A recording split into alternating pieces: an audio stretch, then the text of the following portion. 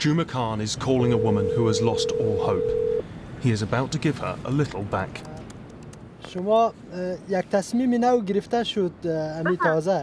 He's telling Sarah, whose identity we're protecting, that her application to move to the UK is going to be reconsidered. She spent 3 years on the front lines of Afghanistan in a rare and dangerous position, a female Special Forces soldier working with the British.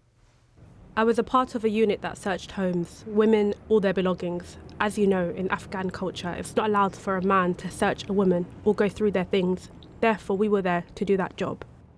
Sarah was a member of CF 333, an elite unit set up and funded by the UK.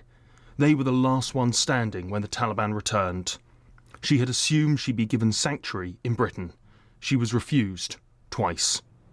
I lost hope when I received the refusal. I couldn't believe it because I had worked, I had documents, and because I am a woman.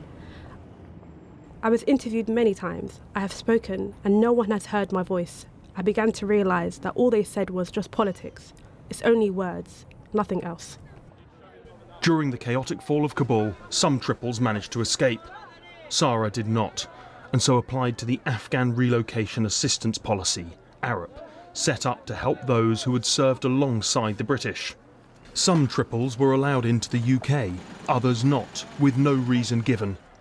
Juma Khan was one of those who made it. He says the lives of those he left behind haunt him. For us, it's very hard to see their life. No job, no money, no food. It's very difficult. So is it fair to say that this delay will have cost lives? Yeah. We see some of them is killed by Taliban.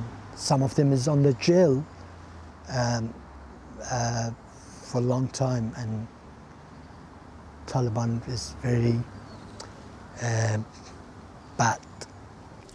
While filming outside, Juma bumps into Dan Jarvis, who he served with in Afghanistan.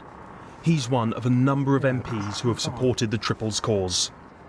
I'm okay, how are you? I'm good. You're looking very well. Yeah, looks like, especially today.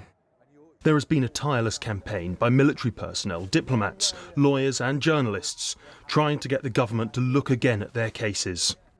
I'm grateful for the opportunity. This morning, the Armed Forces Minister made a statement to the House they'd all been waiting for. A recent review of processes around eligibility decisions demonstrated instances of inconsistent application of the ARAP criteria in certain cases.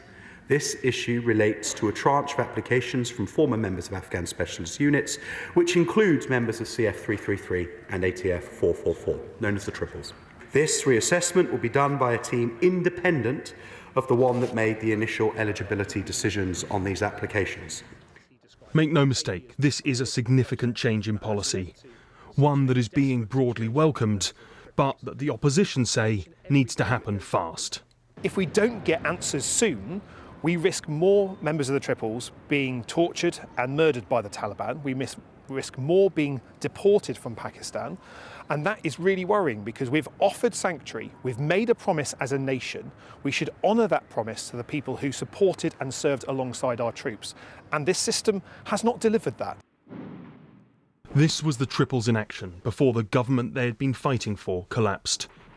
At least half a dozen are known to have been murdered since the Taliban returned. The real figure is thought to be far higher. Today is undoubtedly a victory for those who have campaigned for the Triples. But this is the start of the process, not the end.